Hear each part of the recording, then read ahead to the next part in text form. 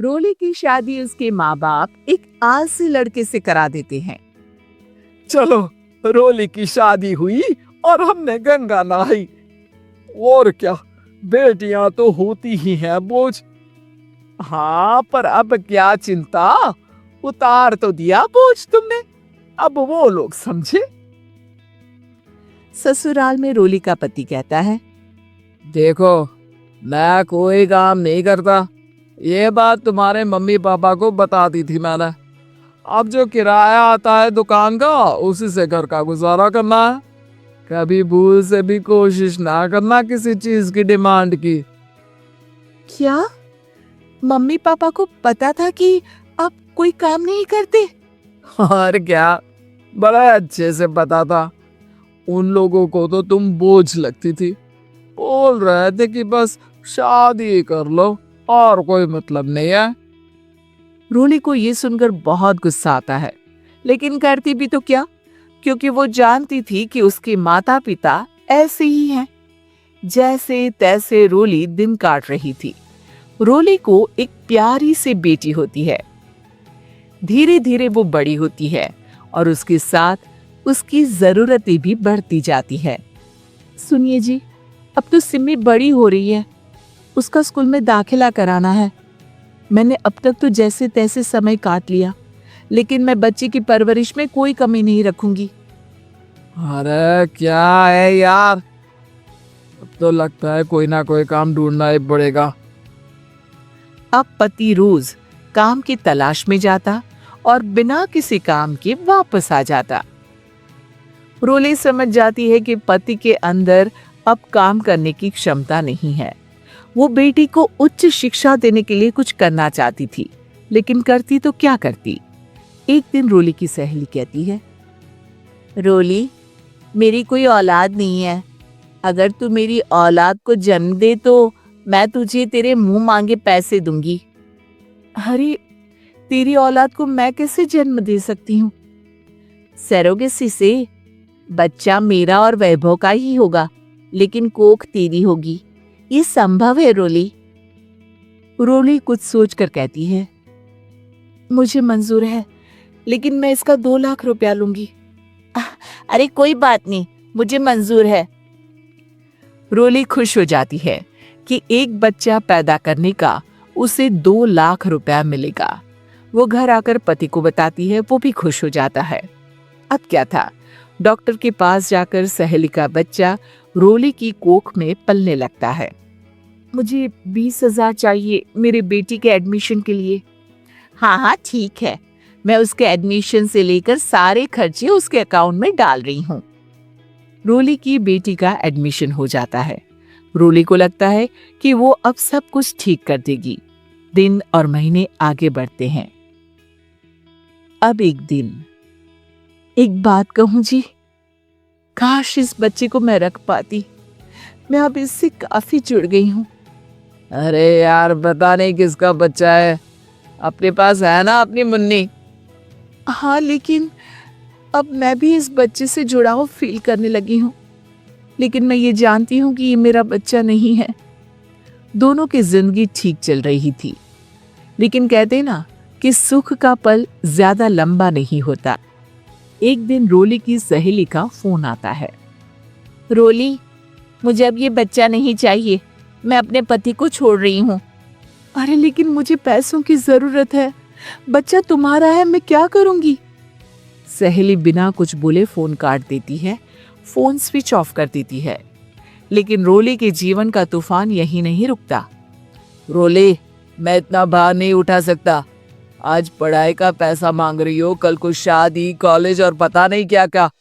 मैं तुम्हें छोड़ रहा हूँ, अपनी बच्ची उठाओ और निकलो इस घर से। अरे पर मैं कर तो रही हूँ ना बच्चे के लिए काम, आप आराम से रहिए ना। क्या काम कर रही हो? देख रहा हूँ मैं। ये छोटा शहर है, यहाँ लोगों को बात बनाते वक्त नहीं लगता। तो मैं क्या करूं? ज्यादा पढ़ी लिखी नहीं हूं, कैसे घर के खर्चे चलाऊं? और आप तो काम करना ही नहीं चाहते। हाँ, ना चाहता हूँ और ना ही करूँगा। रोली को पति की बात पर काफी गुस्सा आ जाता है। ठीक है, अगर मेरे जीवन में संघर्ष ही लिखा है तो वही सही। इस वक्त पति होने के नाते आपको मेरा साथ देना चाहिए था, लेकिन नहीं, आपने तो इस हाल में मुझे घर से बाहर निकालने की बात कह डाली। देखो, ये सारी फालतू की बातों के लिए वक्त नहीं है मेरे पास। रोली, जिसकी कोख में किसी और का बच्चा था और साथ छोटी सी बेटी, पति का घर छोड़कर रास्ते पर आ जाती है। रोली के पास मायके के सिवा दूसरा कोई रास्ता नहीं होता। अरे रोली कैसी है? कितने दिनों के लिए आई है? हमेशा के लिए माँ। वो माँ को सारी बात बता देती है। ओए लड़की, इतनी हिम्मत का काम कर लिया। अरे ना ना, यहाँ कोई जगह नहीं है। तुम तो अपना बोरिया बिस्तर उठाओ और निकलो यहाँ से। रोली के पास अब मायके का रास्ता भी नहीं बचता। वो चुपचाप बच्ची को लेकर जा रही थी कि उसे दर्द होता है और वो डॉक्टर के पास चली जाती है और फिर वहां वो एक प्यारे से बेटे को जन्म देती है। कितना प्यारा है, कितने अभागे हैं इसके माँ बाप जो इसके पैदा होने पर भी नहीं है। तभी वहां डॉक्टर आ जाती है। रोली, बच्चे के पिता तुमसे मिलना चाहते हैं। आपका बहुत बहुत शुक्रिया। मैं इस बच्चे को पालूंगा, भले ही इसकी मां ने इसे छोड़ दिया हो, पर मैं अपनी जिम्मेदारी निभाऊंगा। तो क्या आप मुझे इसके पैदा करने के लिए जिन पैसों की बात हुई थी वो भी देंगे? हाँ, और साथ ही आप चाहे तो मेरे घर में रहकर मेरे बच्चे की देखभाल भी कर सकती हैं। मैं उसके लिए आपको सैलरी दे दिया करूंगा। रोली को लगता है कि जैसे भगवान ने उसके लिए सुकून का रास्ता खोल दिया। वो अब मुकेश के साथ उसके घर चली जाती है, जहां रहकर वो उस बच्चे की देखरेख करती है। अब मुकेश के घर को रोली अच्छे से संभाल लेती है। उसके लिए खाना बनाने से लेकर बच्चों की देखभाल और घर की देखरेख। धीरे धीरे मुकेश को रोली से प्यार हो जाता है। रोली, तुम्हारी बेटी और मेरा बेटा बिल्कुल भाई बहन की तरह साथ रहते हैं। हाँ, आखिर है तो एक ही कोख के बच्चे, अटैचमेंट तो होगा ही ना।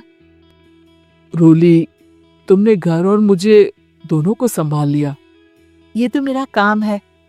आपने भी तो मुझे छत दी जिससे मैं अपनी बेटी की पढ़ाई और भविष्य के लिए पैसे जोड़ सकूं। अब रोली, क्या तुम मुझसे शादी करोगी? अब मैं जानता हूं तुम्हारी भी शादी कुछ खास अच्छी नहीं रही। रोली को मुकेश की बात ठीक लगती है। वो उसे हाँ बोलने की सोच ही रही होती है कि उसके पहले पति का फोन आ जाता है। रोली, मैं बहुत परेशान हूँ। मेरा एक्सीडेंट हो गया है। मैं चाहता हूँ तुम वापस आ जाओ। रोली को पुराने पति की चिंता होने लगती है। वो सोचती है कि वो क्या कर रही थी। हाँ हाँ, ठीक है, मैं आ रही हूँ।